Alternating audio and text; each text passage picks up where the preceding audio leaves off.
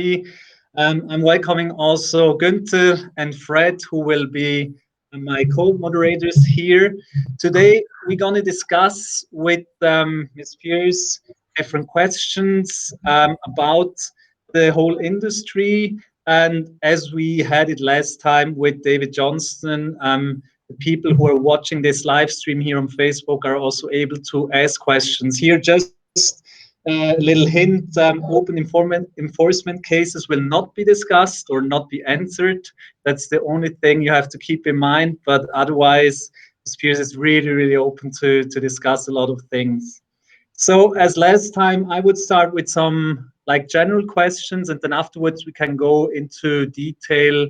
And Fred and Günther will also have their question, and after 15 to 20 minutes, we can open it also to the public. So you can write down your questions in the comment space on Facebook, and we will then include them if it's appropriate in the discussion. So Hester, first question here, really general. How do you see the maturity and the state of the industry at the moment? And what do you think has COVID-19, and we have to talk also about that, as an influence on the industry long term, also in the future? Well, thanks, Nicolo. Thanks for the chance to be here. And of course, I have to start with my disclaimer, which is that the views that I represent are my own views and not necessarily those of the U.S. Securities and Exchange Commission or my fellow commissioners. Obviously, the first thing that I want to say is that I hope everyone is staying healthy and safe. It's a really difficult time, I think, for everyone and for every industry, including crypto. People are seeing things change in ways that 6 months ago we couldn't have even imagined. So there's a lot of uncertainty, and uncertainty is not good for any business. And that, I think, includes crypto. That said, I think that there is a moment for the industry, and that a lot of what the industry does can be done with people. And this is something that I said well before COVID.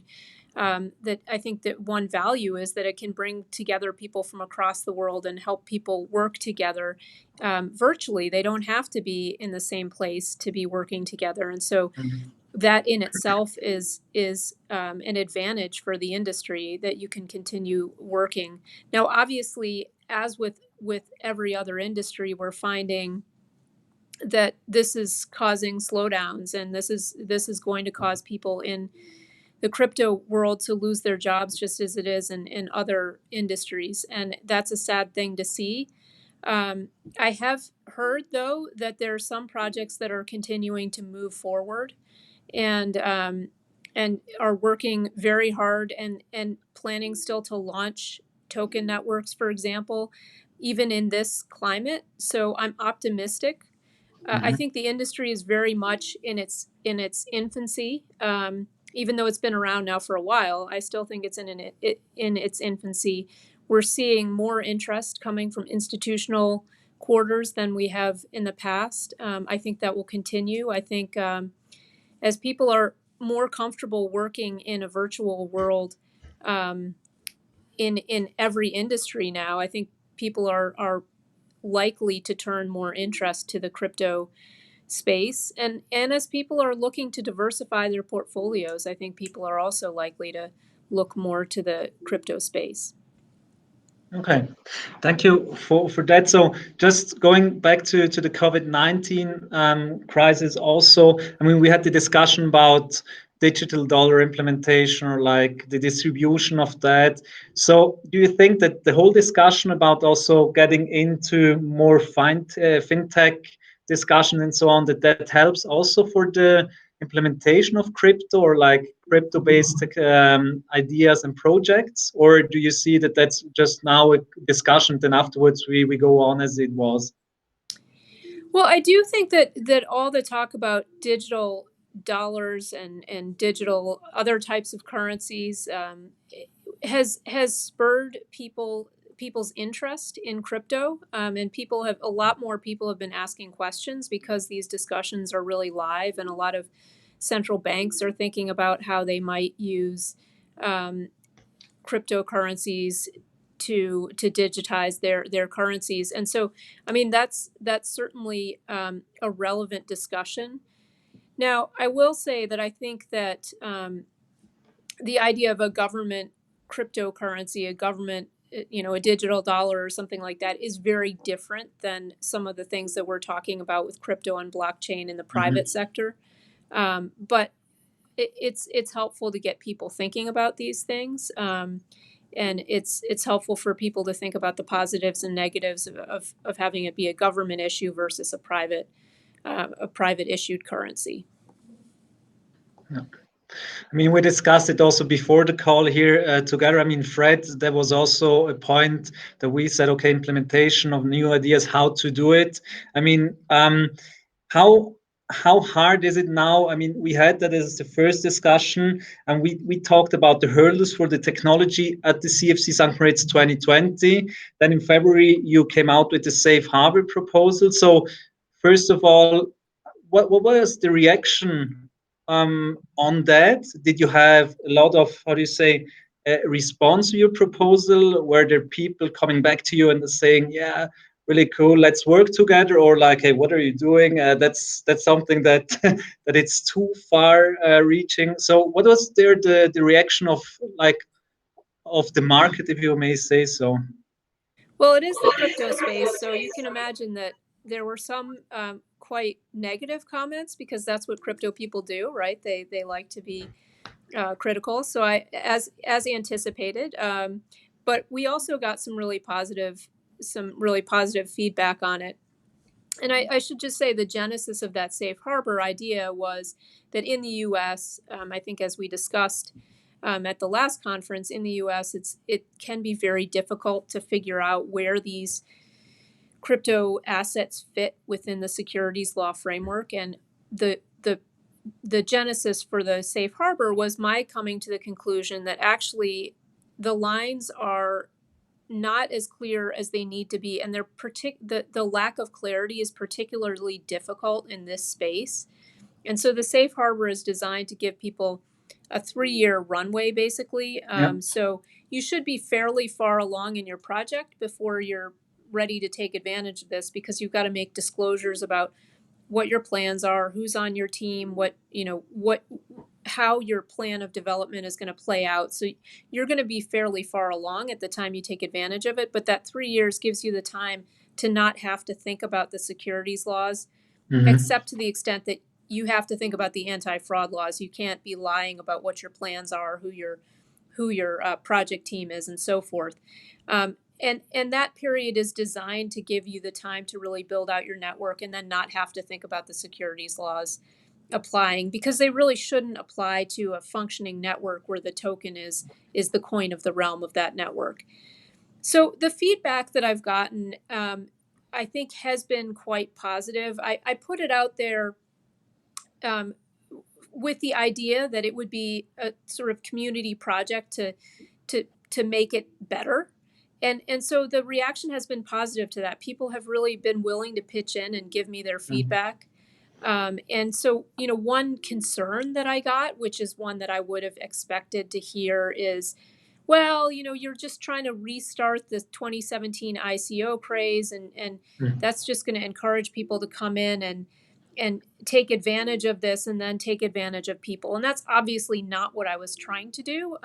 But I'm open to ideas about how we can strengthen the safe harbor, perhaps by taking advantage, leveraging the technology itself to provide purchaser protections that wouldn't be available with other technologies. So, for example, we have a provision in the safe harbor that says if you're going to sell 5% of your token, someone on the team is going to sell 5% of tokens, you've got to tell people about it. But maybe we can build something in to actually block you from doing that. This technology allows you to do that. So how can we offer some more protection to people who are really concerned that this is, and we've seen, I mean, there are a lot of people who do try to take advantage of people in this area. So we can work on that aspect of it. Some people have said that their concern with the safe harbor is that it's great to give you 3 years, but still at the end of 3 years, you're going to still have to ask and answer that same question. Is this a security? Yeah. And that's a fair point also. I do think at the end of that 3-year period, it's much easier question to answer than it was at the beginning of the 3-year Yeah. period before you had the opportunity to get the tokens out there. So that's part of the thinking. And then another criticism that I've heard is that actually this is not necessary. A safe harbor is not necessary at all. Now, I've heard from a lot more people who say that it is necessary. So, I remain open to hearing feedback on that point. But I do think it could be helpful and could be crafted in a way that would achieve the objectives of protecting folks who are purchasing by giving them the disclosure they need, but at the same time allowing projects to move forward and to do so in the United States. I mean, one thing that I hear constantly is, yes, this would be a great thing to have, and it might make us reconsider shutting out U.S. people, which we're doing now. So Yeah. that's what I'm hopeful about. Okay. Good, Fred. If you want to join in here. Sure. Happy to pick up. Well, first of all, thank you again, also from my side for joining. It's quite a privilege to have you here, and we really truly appreciate that. Also, thank you from my side for this foray with the safe harbor proposal. I think safe harbors are a tried and tested model in the legal and regulatory realm. We've seen it from everywhere, data protection to other spheres, and I think they do the trick. So obviously, you're taking a very wide position there, but I think that's the only way to go. So thank you for that. One of the biggest challenges over the past couple of years when we had the privilege to work with crypto players from all around the world, but specifically in Switzerland, obviously was the different rule sets applicable around the world, and most importantly also the fact that the rules were not clear.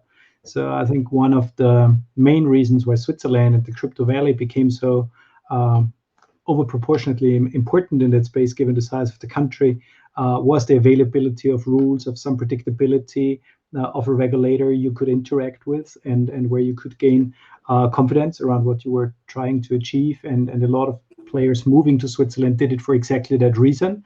They wanted predictability and reliability. They wanted to make sure that they were doing the right things. It was not regulatory arbitrage downwards. The other, obviously, an even more important market was the US, where the SEC always had a very clear stance that not everybody was happy with, right? But you don't get that. But you knew what we were up against. Whereas other places, they were like really murky in that sense.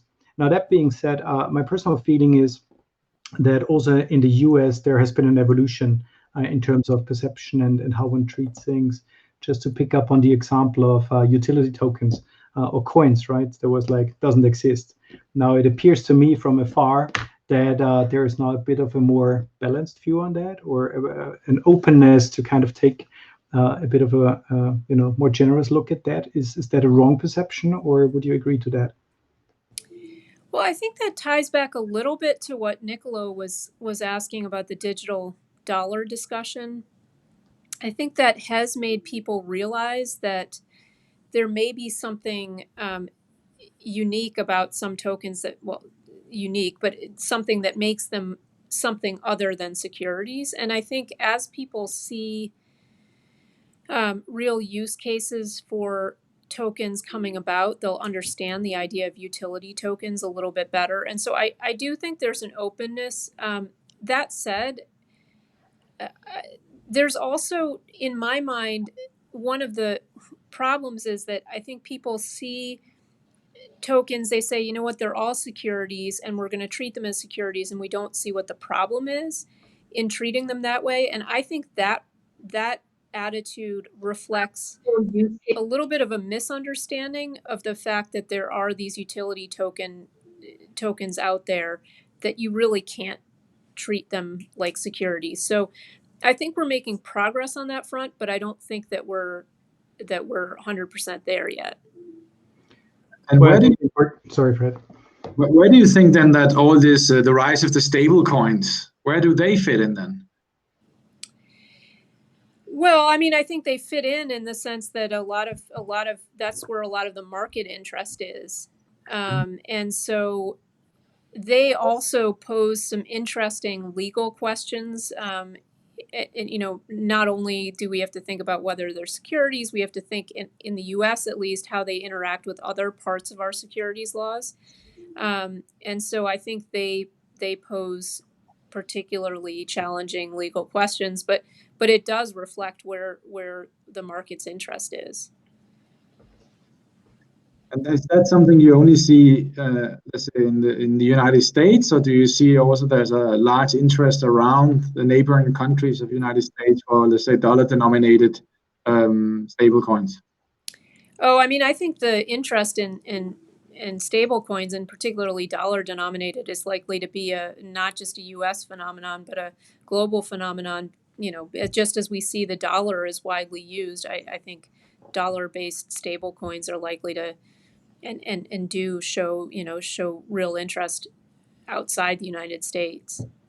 Do you think it would be fair to say that maybe some of the projects coming out of other countries like China has kind of put some pressure on the United States in terms of figuring out, should we have a governmental stable coin, or should we have a private project, or what direction should we go? I know there's a famous guy called CryptoDad who's working on a project as well. Yeah, CryptoDad is working hard on that in the United States.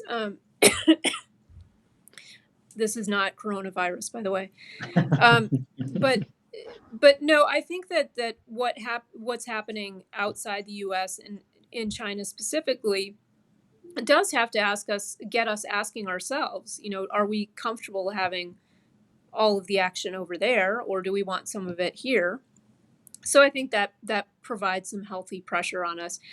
In terms of a stable coin or a digital currency, I think that one of the things that former Chairman Giancarlo, has emphasized is that you need to think about privacy issues as you're creating if you're creating some kind of a digital currency. And I think those are really important questions that a society needs to ask, because people don't necessarily feel comfortable having all of their transactions monitored by the government or by anyone else for that matter. And so obviously anything has to comply with anti-money laundering, know your customer type rules. But aside from that, people do want to have privacy in the way that they spend their money. And so I think that's something that he's spoken about.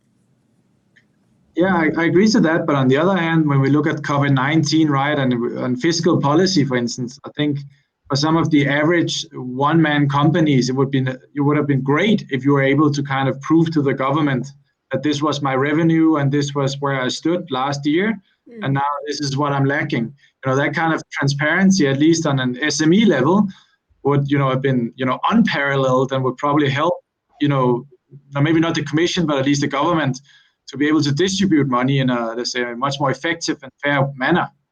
Yeah, that's a very interesting point. And I think that is the nature of all of these kinds of discussions around crypto, which is that you want to give people the power to control to whom they give the data, the information. And so a company may say, no, it makes my life easier to give access to the data to the IRS, for example, in the United States, to our tax authorities, because then it's just a very smooth process figuring out how much you owe and that sort of thing. And I mean, that's the decision that a lot of private citizens make in the US and filing our taxes. We decide to do it online, for example. So you're sharing your data, but you're the one who controls the data and decides to share it. And so I think that's the key, empowering people to make the decision of when they want to share and with whom.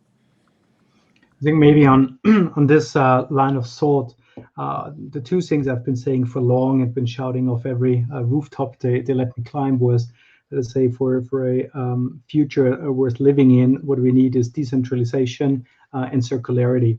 And that also creates stability and less dependency. And I believe this current COVID crisis has shown some of the weaknesses we've gotten into systems, right? The dependencies between countries and regions and so forth. Whereas on regional level, on communal level, we're facing challenges, right? With the small smaller companies that are being endangered right now, and also on the citizens level.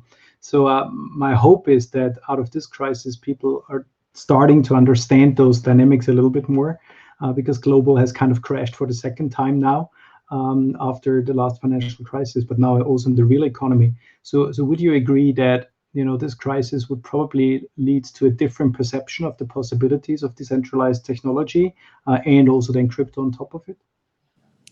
Yeah, I mean, I think it's made people a lot more open to anything that can add stability at a time like this, and I think your point is a good one. We need to build systems that are resilient and that maybe even thrive during times of uncertainty, and difficult conditions. And so crypto is one thing I think people will be looking to as a solution. Yeah, the example I always bring, last summer I was spending with my family in North Carolina, beautiful, beautiful place, by the way. And we were visiting one of the microbreweries, and you saw the rise in number of microbreweries in North Carolina, but it's obviously true for all of the United States, following the financial crisis, where, at the beginning there was one, and now I think it's around 2,000. So, that guarantees that everybody has their beer, which is nice. But obviously we could think of the same kind of dynamic in a bit of a grander scale. Yeah, I mean, one hopes that those microbreweries and all the other small businesses will be able to survive Yes. this incident. But I think the point that you make is a good one, which is that at times like this, where everything is really shaken up and a lot of people end up losing their jobs, they start to think about different ways to earn a livelihood. And so I do hope that this one silver lining we'll see from this is that we will see a new generation of entrepreneurs. And I think a lot of those will be in this space. Yeah. But I think, in my view, trust is probably the only legal performance enhancing drug there is, right? Whenever there is trust in a company, a country, a community, good things happen, right? Things grow. I think what you're touching on right now is, I think a lot of the entrepreneurs and also larger companies is right now on one hand saying, yeah, well, it's really great with all these help packages. But before I was really scared about sharing my data because I couldn't see a purpose with government. But now suddenly government has a totally different purpose. When we kind of define government today, all of us can see a super purpose in actually giving us a quarantine and giving us, structuring the society in a way which we cannot imagine in a non-crisis situation. So if we take that into, let's say, securities law and into your space directly, what kind of impact do you think, on the trust level we would need to see for getting real changes, or maybe getting some kind of an alignment around the security regulation across multiple countries? We can start really playing this economic of scale game. Well, I think I like that that trust is the only legal performance enhancing drug. That's a great line, and I think that's the core of what makes markets work. Is you have to have the trust and the ability to deal with one another, and that's, as a securities regulator, that's one of the things that we hope to bring to our markets, which is that we're looking for fraud and we're policing for bad conduct, so that we can tell people, no, you can go into the market and you can go in trusting that your transactions are going to get done, and that illegal behavior isn't happening. At the same time, we always want people to trust but verify, to be skeptical, to ask questions, to challenge when they hear something that doesn't sound right. So we're always trying to send that message.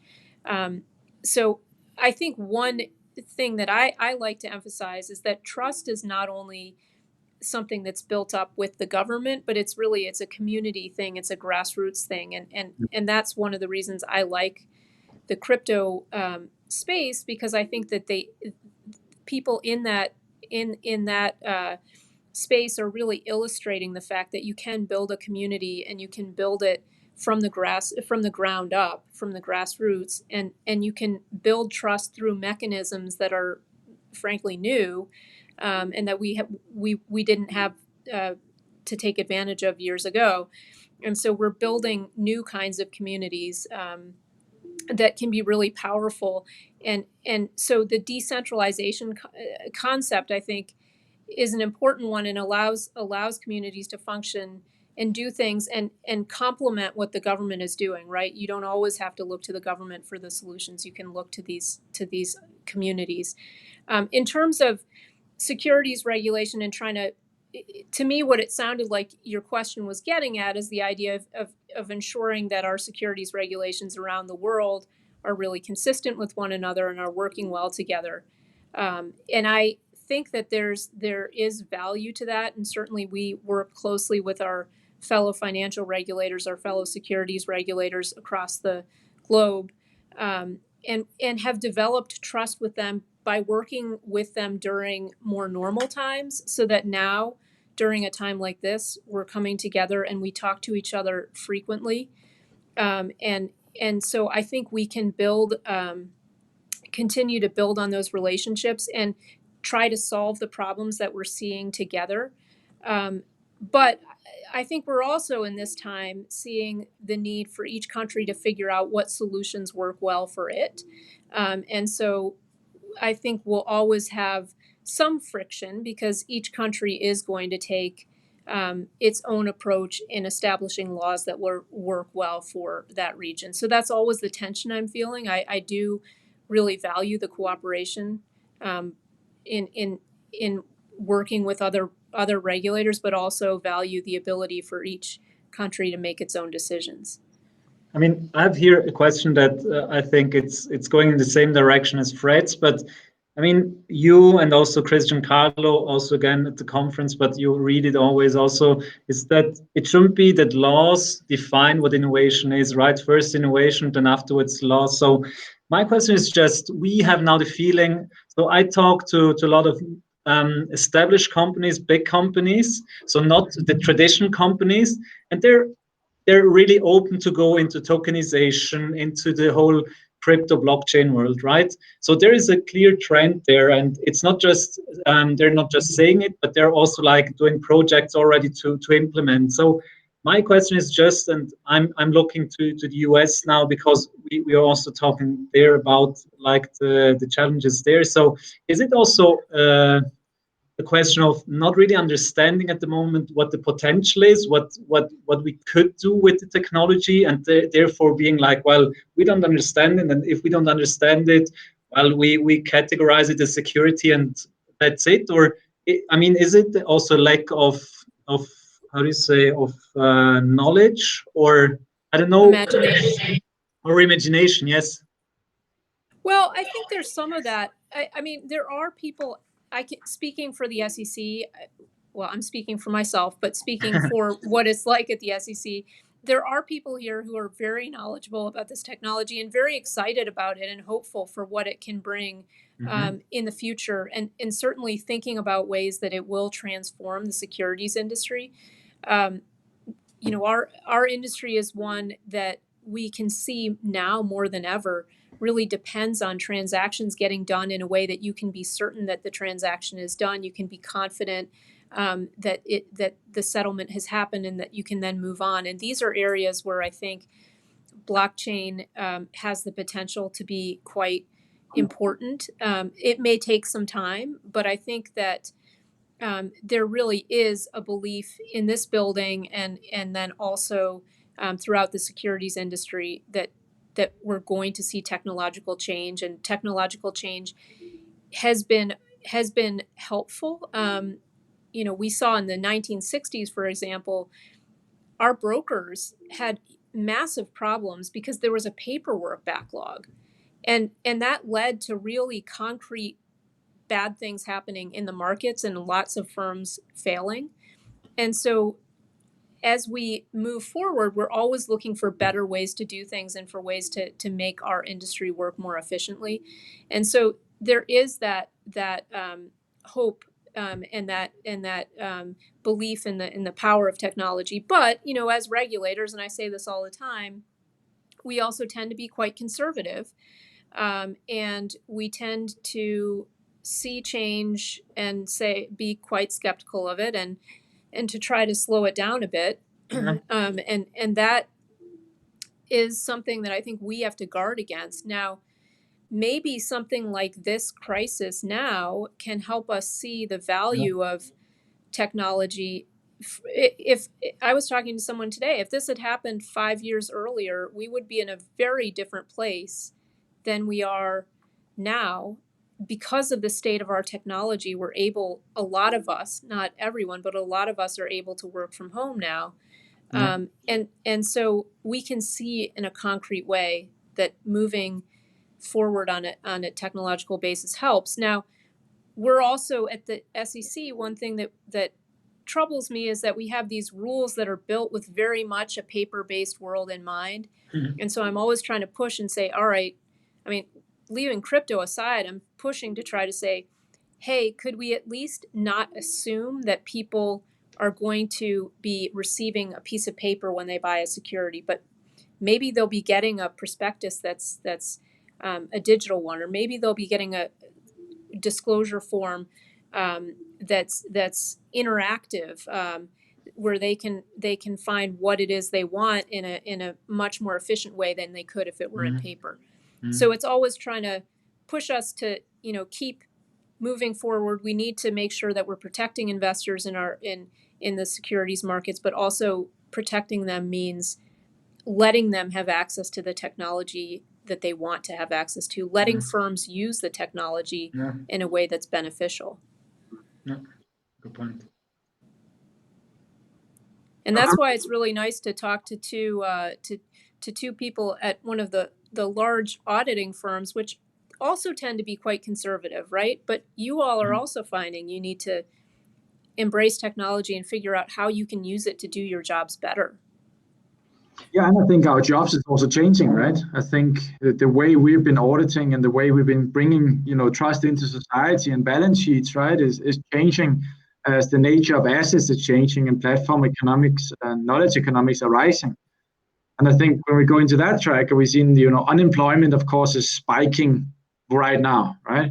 And what worries me a little bit is that when unemployment tend to go up and there is no jobs at hand, as you said, not everybody can work from home, or maybe the coffee shops or bakeries or whatever it is closed, which they're supposed to go to work at.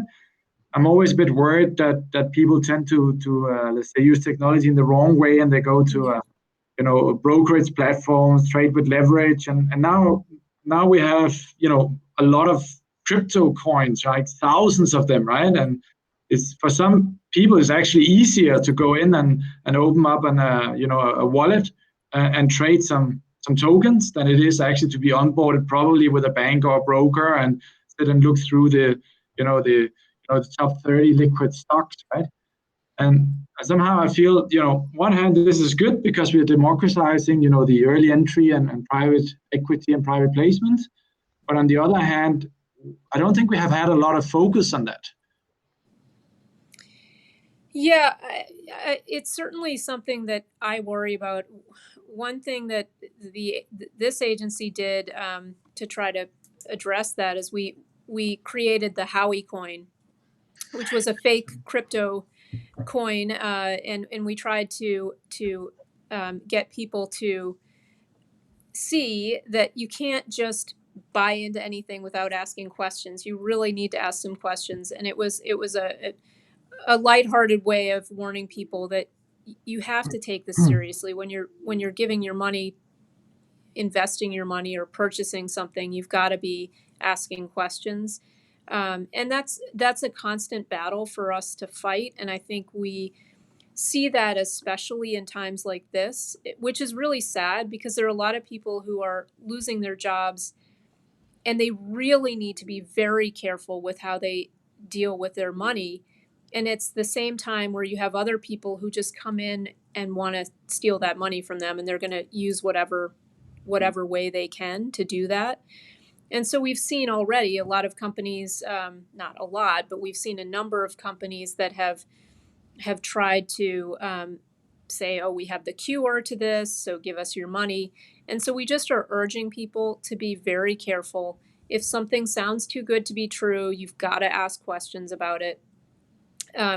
I tend to think it's really important for people to make their own decisions, and I don't think people are are incapable of making their own decisions. But I think it's incumbent upon us as regulators to also tell them that it's okay to ask questions. You shouldn't feel bad if you feel uncomfortable not investing. You should not invest if you feel uncomfortable, and you should feel comfortable asking questions. Sometimes people just need to realize that it's okay to do that, but it really does require a community effort to try to keep the bad actors out and make sure that that the people who are really trying to build something real can get the capital they need to build something real.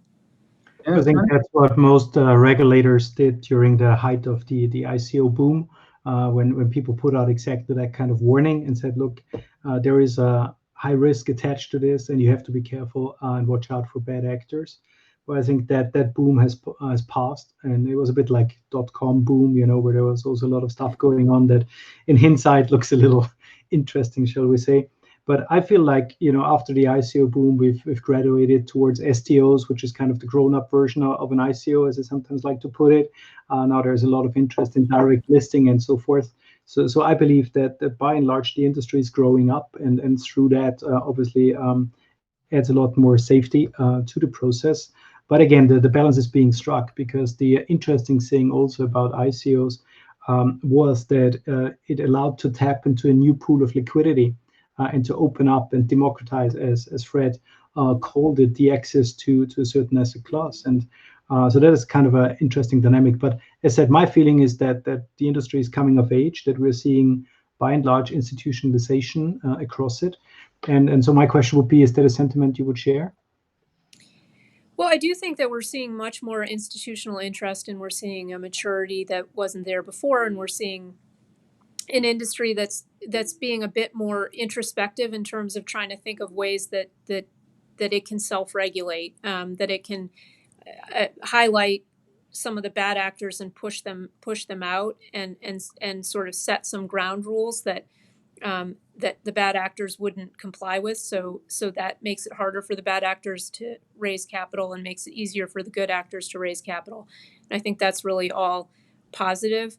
The one thing that I don't want to get lost in all of this is, I think, a point that Fred raised, which is the democratization piece of it, because I think there's a real value to allowing people all across the society to participate in creating something that they believe in, and that they want to participate in, and perhaps earn some money while doing it. So I think we have to make sure that we can maintain the balance, and that it doesn't just become about institutionalized markets, but that the markets are still there for everyone to participate. That has been a challenge in the United States, and in our traditional securities markets, trying to figure out the balance to make sure that when companies are building themselves, it's not just a few people in San Francisco and New York who get to participate, but that you get people all across the country able to participate. And so we're working on that in the traditional space. And I think crypto offers one way for people to build things where it really is democratized. But the institutionalization also brings some good aspects of a little bit more discipline. We had here also, when we talked about the digital dollar, we have here from Blake a question also. I'm just reading it. I agree with what you were saying about decentralization, but surely central banks and governments developing their own centralized system turns this on its head. What is the actual advantage of utilizing their tokens as opposed to already existing ones, be it stable or fluctuating? That would be his question. Well, again, I mean, I appreciate that question. I don't want to make a decision of what some people might want versus other people might want. I mean, that's really a decision people have to make for themselves. I think that central banks are thinking about this question. What they can do in each country is different. Each central bank is going to come to different conclusions about that. But I think it's a natural progression that they're going to think about, hey, should we digitize our our currency, and if so, will that be good or bad for our ability to play a role as a central bank? That said, I think people are going to do private actors will continue to build things that they think will work for them and other folks. And so I don't think necessarily the fact that a lot of central banks are thinking about going down this road, I don't think that means that other types of digital currencies that are privately developed are going to disappear. Okay. And I think But again, I'm not a market expert, so this is I think that this is just the way we see markets typically develop, right? As people figure out what other people want and they build it, and if other people want it, the other people buy it. And I think it also has two aspects to it, right? Because there's a very large discussion going on in the market right now. What does it actually mean that a central bank issues a digital national currency, right? Because if we take it all the way to the extreme, it could actually mean that we as citizens of the country would be able to have a direct account. For me, would be with the Swiss National Bank, right? And now we're actually trying to, now we are changing a lot. So on the outskirts, it looks quite easy, right? So me, private Fred, I have an account directly with the Swiss National Bank, right?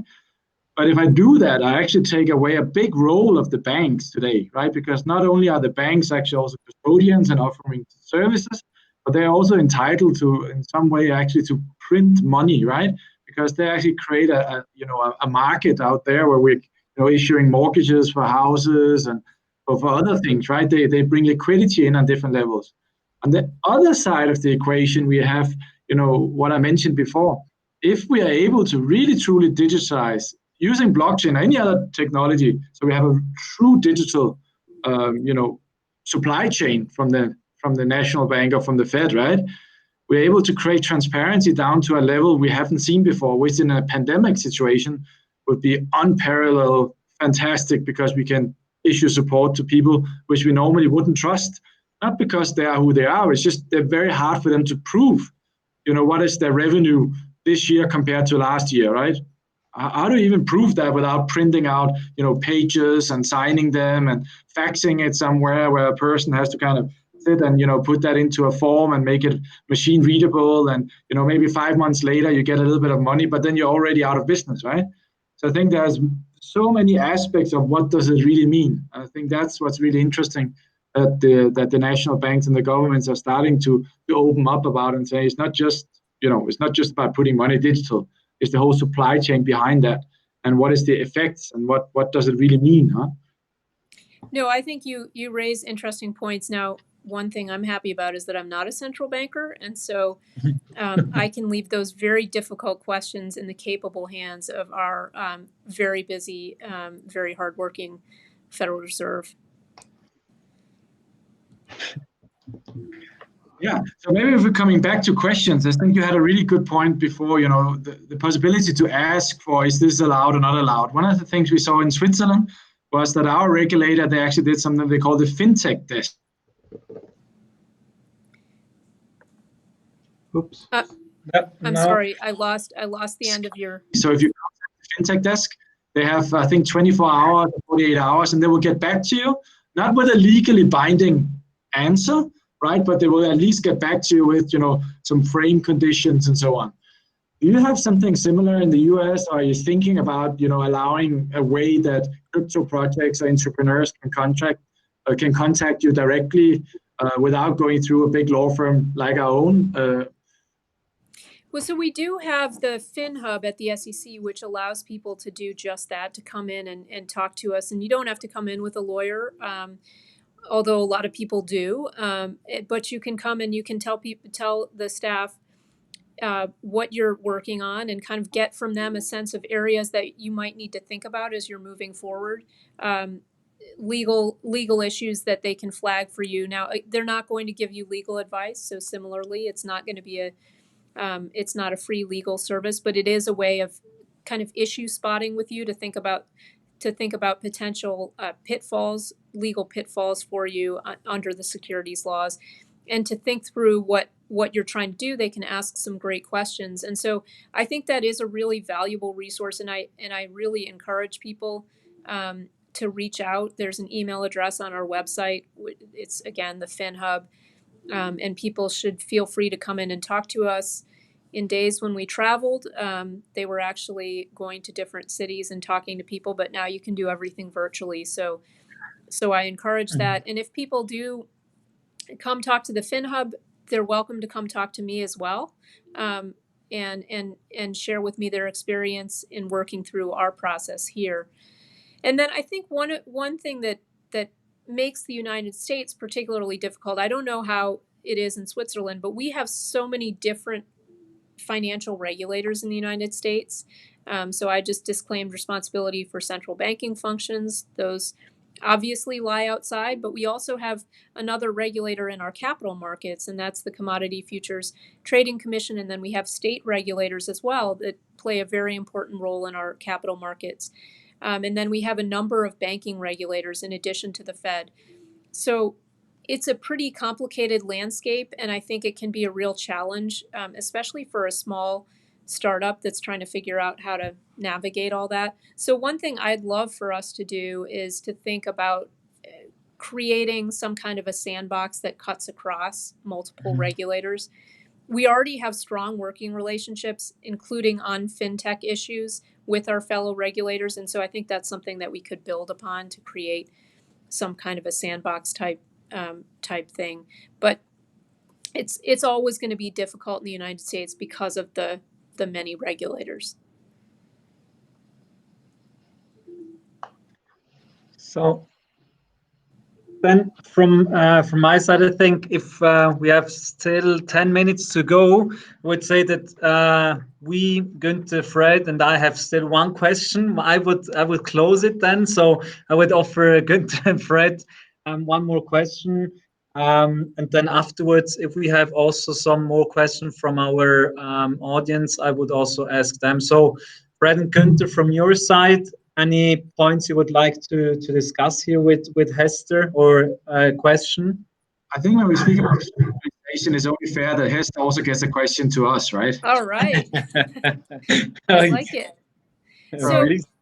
So my question for you guys is, and I think any of the three of you can answer this, is, looking from the outside at a regulator, what would be the thing that you would want us most to be thinking of now as it relates to crypto, and how has that changed, if at all, because of what's going on with COVID?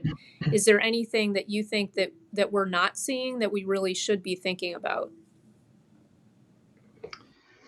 Well, I'm happy to take that. I think the job of a regulator is super difficult, and people always underestimate that, right? There's everybody knowing everything better, and everybody's quick to criticize. But I always like to say that the regulator is the business card of a country, of a nation, of a financial market. And you just somehow got to strike that balance between protecting those who need protection, but also enabling innovation. And that sounds simple, but it's incredibly difficult to do. And I think if you're doing it well, the sort of the basis of that is technology neutrality. And ideally some kind of principles-basedness, which allows you to basically open up for new innovation, but still provide guidance that allows people to build in a safe way. So you touched upon that. Obviously,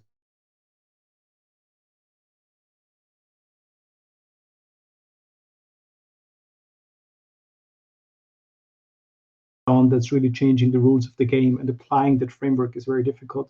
So what has proven very successful, and I'm using again the Swiss example because it's closest to my heart, not because it's the best thing in the world since sliced bread, is that they have been very active in providing guidance on an ongoing basis. They did their roadshows, they were through the fintech desk and so forth, very open. But again, not on the law level, also on practice guides and so forth. They were continuously providing information, and they always made it very clear that they're objective, they're not biased in any way. I think that's a really great approach, and especially now that coming out of COVID, people are increasingly embracing technology and will be pursuing new avenues in building businesses. I think continuing down this road would be very important. That's not what we're seeing everywhere. Now, obviously, I can't claim I have full visibility of all the great things you're doing in the US, but my wish to you would be now, especially since your term will come to an end, which is obviously a source of worry for many people, that what has been done so far will continue, and maybe they will even step up the game in communicating and providing information. No, I think those are great suggestions, and the technology neutral approach is a really important one, and it's not. I think that cuts across all of our rules. I'm always trying to think about that because I don't know what the technology is going to look like 5-10 years from now, and I don't want to write a rule that seems great from perspective of what I understand about today's technology, but won't work with respect to later technology. And this, just to address your point about my term ending, one thing I think is really important is that government is not about particular people. It's about building a process and building rules and ways of doing things that operate to work well for the industry, and not the industry, but for the people that the regulator serves. And that means the industry gets predictable rules. That means investors face predictable rules. And so it doesn't matter who's sitting in my seat. What matters is that we have rules and processes that work well and that enable people with innovative ideas to come in and, as you say, to get guidance, to get a sense of how they can move forward with serving people through bringing them innovative technologies. And that's something that goes much beyond any one person. Yeah, thank you, Günther, for going in that direction, because that would be my question or my last question to Hester also. I mean, as Günther said, your term expires on the 5th of June, as I read. So, I mean, I understand that there have to be rules and processes and so on, but to be honest, I mean, you're a crypto mom and you have an important role as in that function, right, in the SEC. So, I mean, will that topic still be in place? We talked about the safe harbor proposal. So it's a proposal. It's not yet written down and people are acting after it. So is there really something, or do you see people that could take over that role, or what is happening afterwards? Because you have been pushing that really clearly and you were working together with a lot of people in the crypto space, and now that crypto mom goes away. So do you see really someone who takes over that position, or are there some people that are interested in that topic? Look, I work with fantastic colleagues at the SEC, and as we said, as we were talking beforehand, and I said, I think, it should be a whole commission full of crypto parents, right? It's not just one crypto mom, and maybe crypto mom isn't even a good moniker, right? Because it's not about being someone's parent. It's about setting clear rules and saying to people, now you guys who are the innovators, you do your thing, which is something that I can't do as a regulator. I don't have that technology mind, right? So we want to set clear rules so that people can innovate. And that really isn't a parent-child relationship. It's just, it's a regulated relationship. And that will continue. Now, I should say that just because my term ends in June, the way it works is you can stay on until they put someone else in your seat for a certain amount of time. So in any event, again, I really do emphasize the point, and I think it's a really important point to emphasize, which is that building structures that last beyond any particular person is what really matters, and it's what we all should be working for in this space. And that, again, ties to the fact that these structures need to be technology neutral and need to be neutral in other ways as well, so that anyone who comes in knows what to expect, and that no one is getting favored treatment, whether that's traditional players in the security space or new players. You want everyone to be working on a level playing ground. You want small firms to be able to compete too, right? Because we worry about regulatory regimes that only allow a few big players to compete. And so it's building institutions that allow that kind of dynamic competition. And that's what will produce the best result for our society, I think. I think my last question is something that goes around this. I believe that except if you work in, let's say, anything around monetary or fiscal policy right now, somehow COVID-19 has triggered a global pause, right? And when you press pause on a computer, it stops working. But the funny thing is, when you press pause on a human being, that's when we start. That's when we start thinking and reimagining. Is this such a moment for you and the Securities Commission right now? You know, I love that. I love that way of looking at things. I think that really is. It's an important concept that we have. So we can be somewhat optimistic even with all the negative things going on, because people are their minds are constantly thinking. You can keep them at home, but their minds are going to be thinking. They're going to be thinking about what problems are and what solutions they might be able to develop to those problems. And so I think that's a really important idea. And as regulators too, I can tell you that our markets have functioned very well throughout the crisis. I think our chairman has done a really good job in dealing with issues related to the crisis, but also moving forward our regular work. But I think coming out of any crisis like this, you're going to say, okay, let's take a look and see what worked and what didn't.